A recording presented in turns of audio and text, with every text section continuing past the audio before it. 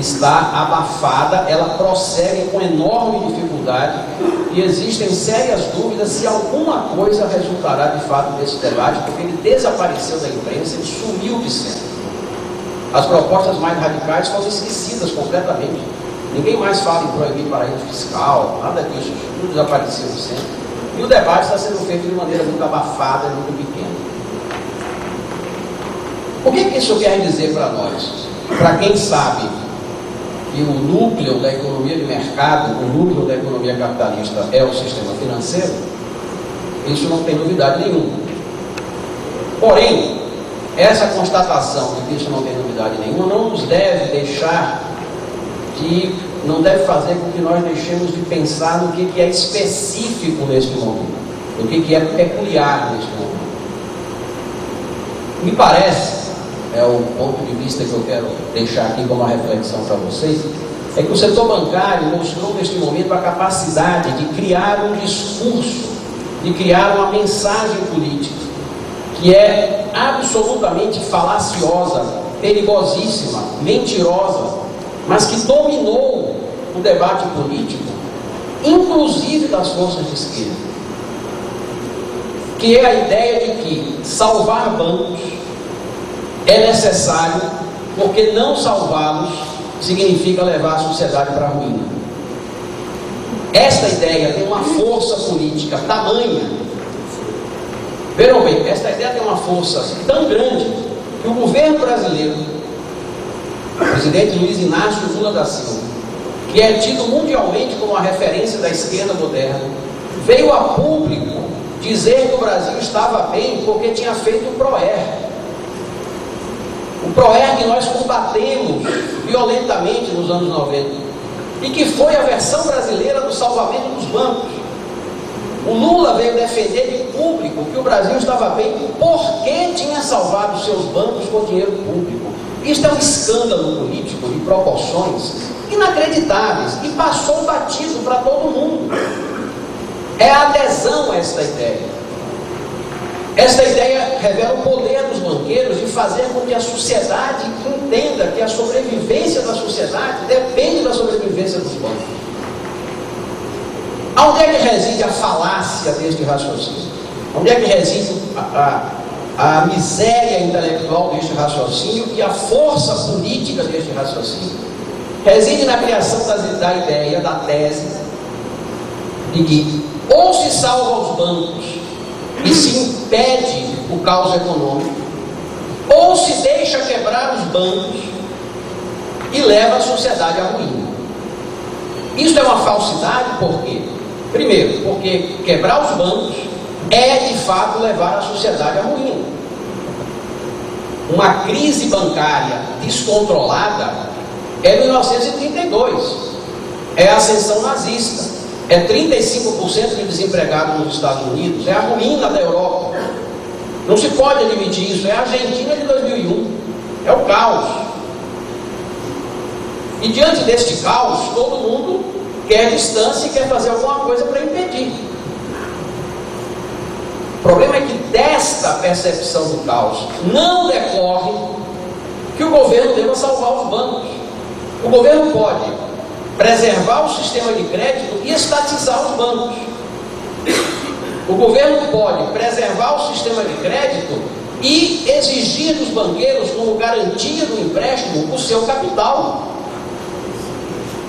O governo pode exigir que socorra aos bancos impondo perdas a estes bancos de grandes proporções. Era isso que nós defendíamos em 95, criticando o PROER. O PROER não foi feito para salvar o Banco Nacional. O PROER foi feito para salvar o Bradesco e o Itaú. E isso, infelizmente, nós nunca conseguimos colocar no debate público. Como é que o Nacional quebrou e nenhum correntista perdeu nada? Como é que pode isso? Como é que o Unibanco comprou o Nacional sem colocar um tostão e no dia seguinte abriu as agências e todos os clientes eram solventes? Porque os créditos podres do Nacional no interbancário brasileiro, não com os clientes, os créditos podres que o Nacional tinha, que eram do Itaú, que eram do Bradesco, que eram do Unibanco, Estes créditos foram absorvidos previamente pela Caixa Econômica Federal de uma maneira escandalosa, inteiramente ilegal, e no dia que o Nacional quebrou, ele só devia ao governo. O Unibanco levou de graça o banco. Esta operação foi camuflada fortemente. Portanto, não havia nenhum risco do Nacional fechar as portas e prejudicar correntistas. Isso não existia. A questão só era saber o seguinte: quanto a Caixa vai pagar, quanto o Banco do Brasil vai pagar, quanto o Banco Central vai pagar. Isso foi feito muito bem. É exatamente o que ocorreu agora nos Estados Unidos e na Europa. Esta capacidade dos banqueiros de articular apoio político é uma lição desta crise impressionante. É uma repetição deste processo com enorme dificuldade de enfrentamento por parte das forças democráticas, republicanas ou de esquerda, de que não se conforma com semelhante indecência, semelhante imoralidade. Então isso é um problema que está posto para nós, diante do qual eu não sei bem o que fazer, porque a dificuldade de colocar esse debate é enorme. Último aspecto do quadro internacional que eu quero ressaltar aqui, antes de falar um pouco a respeito do Brasil. Muito bem, quais são as perspectivas que a situação atual nos coloca internacionalmente? Então nós estamos indo. Eu não tenho a menor pretensão de oferecer qualquer resposta segura sobre isso, porque eu não sei. O quadro é de uma confusão tamanha que as pessoas mudam de opinião com enorme velocidade, os problemas são enormes, são gravíssimos. Vou destacar 4 aspectos aqui que me parece nós devemos prestar atenção nos próximos meses. O primeiro deles é o seguinte: em que ponto exatamente da crise financeira mundial nós estamos? Eu estou colocando isso na forma de uma pergunta, porque talvez alguns de vocês não tenham observado isso. Nós estamos vivendo uma crise internacional que a esta altura já tem 4 anos, já é uma crise velha.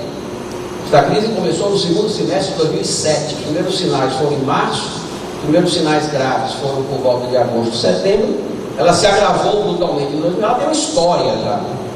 Eu acho engraçado quando a gente fala na faculdade com os alunos, alguns deles entraram na faculdade quando a crise estava começando. E eles não se dão conta disso, o quanto este processo é longo. Então a pergunta é assim: onde é que nós estamos? Em que ponto nós estamos? Eu trabalho com a ideia, eu me oriento pela ideia, que nós estamos num momento de resolver um problema que as crises colocam, que é o destino a ser dado ao prejuízo assumido pelo setor público. Este é o ponto, no meu entendimento, é aqui que reside o núcleo da conjuntura internacional financeira neste momento. Aquela enorme agilidade que eu mencionei antes do Estado assumir as perdas do capital, incorporar as perdas do capital, aquela enorme velocidade e agilidade e intensidade com que isso foi feito de 2008 em diante.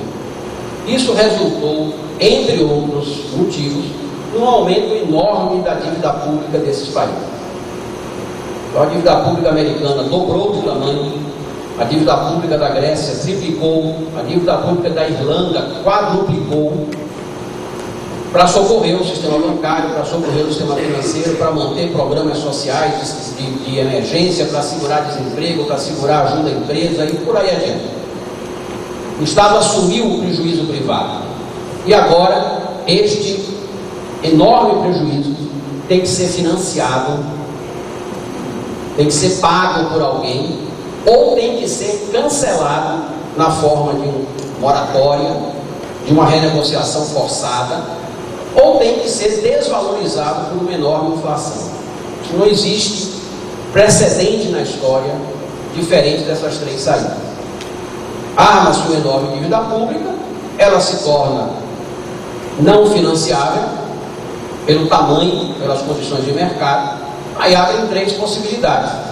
Existe uma 4ª possibilidade que é muito pequena, que é o Estado vender seus ativos.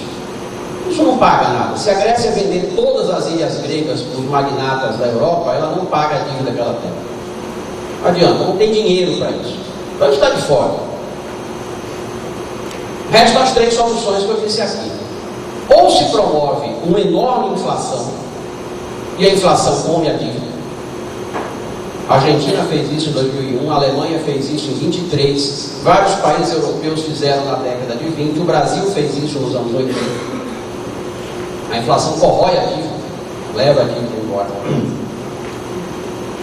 Ou o Estado aumenta os impostos violentamente e corta seus gastos brutalmente para começar a recomprar a dívida, ou seja, enfia na sociedade o político. É a segunda hipótese, que é o que está se tentando fazer na Europa, e que o Obama está tentando fazer nos Estados Unidos e não consegue.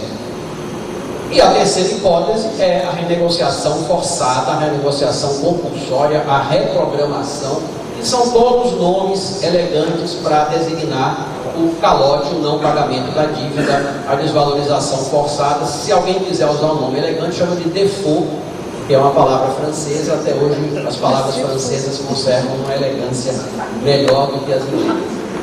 Então, qualquer nome que se queira dar, tem que fazer uma dessas três coisas, não tem saída. Observem que eu estou isolando nesses três problemas, porque todos três dependem de um fator complicadíssimo, que é o que acontece depois disso. Porque o depois só dá certo se a economia voltar a crescer. Se uma economia crescer rapidamente, dilui a dívida. Portanto, seria uma quarta saída. A economia cresce brutalmente, ela dilui a dívida. Porém, os casos graves de endividamento implicam que a economia não cresce por causa da dívida. Então, você tem que remover o diabo da dívida. Tem que tirar esse problema de cena. Ou pelo menos tem que reprogramar isso para que a economia volte a crescer. Que é exatamente a situação em que se encontra a Europa. Se aumentar juros para conter a inflação, a dívida cresce, a economia não cresce, se baixa os juros, o dinheiro foge, enfim, é uma zorra total que está armada aí, e que é o núcleo do problema que está posto hoje. Observe que isso bateu nos Estados Unidos, vocês estão vendo o problema, e é um conflito político de proporções enormes. Então, este é o ponto exatamente que nós nos encontramos a respeito da crise financeira internacional. O segundo grande problema que nós temos que olhar nas perspectivas da crise: para onde vai o dólar? Para onde vai o poder norte-americano? Ou seja, aquilo que os americanos mostraram em 2008 de agilidade foi possível porque o mundo considera que o dólar é a moeda mundial e todo mundo aceita o dólar. Isso não é eterno. Isso é um arranjo histórico. Se isso vai evoluir para uma desconfiança no dólar, para uma nova configuração monetária mundial, com várias moedas líderes no mundo, se isso vai evoluir para um processo de desagregação monetária mundial, com o yuan ocupando um espaço próprio, o dólar no espaço próprio, o euro no espaço próprio, de moedas rivais, de zonas rivais, que é a década de 30, é isso? Outra hipótese. Ou se o dólar vai se recuperar e retomar o seu papel de moeda central. Esse é um problema gravíssimo que está no horizonte de todo mundo, todos os países, e que está provocando um enorme mal-estar pelo mundo, que nós temos que olhar com muita atenção. Terceiro aspecto da conjuntura mundial. É uma pergunta bastante singela e de enorme complexidade. Nós vamos voltar ao mundo que existiu antes de 2007 ou este mundo acabou? Estou pensando no seguinte: o que era este mundo? Os Estados Unidos, potência líder, absolutamente deficitária em suas contas externas, tendo como parceiro central o leste asiático e no centro disso a China, que são países profundamente intensamente superavitários, e vendem para os Estados Unidos pagam em dólar e eles pegam o dólar e reaplicam nos Estados Unidos. Isso era o mundo antes de 2007. E nós, América Latina, Brasil, pegamos carona nisso. Porque nós vendemos para a China compra de nossos vizinhos, nós vendemos bens industriais para os nossos vizinhos e vendemos produtos primários para a China e aplicamos todo o nosso dinheiro nos Estados Unidos. Esse é o mundo dos anos 2000.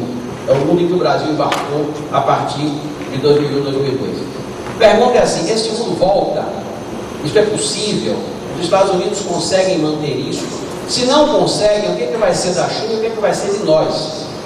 Para onde é que o mundo vai? É o terceiro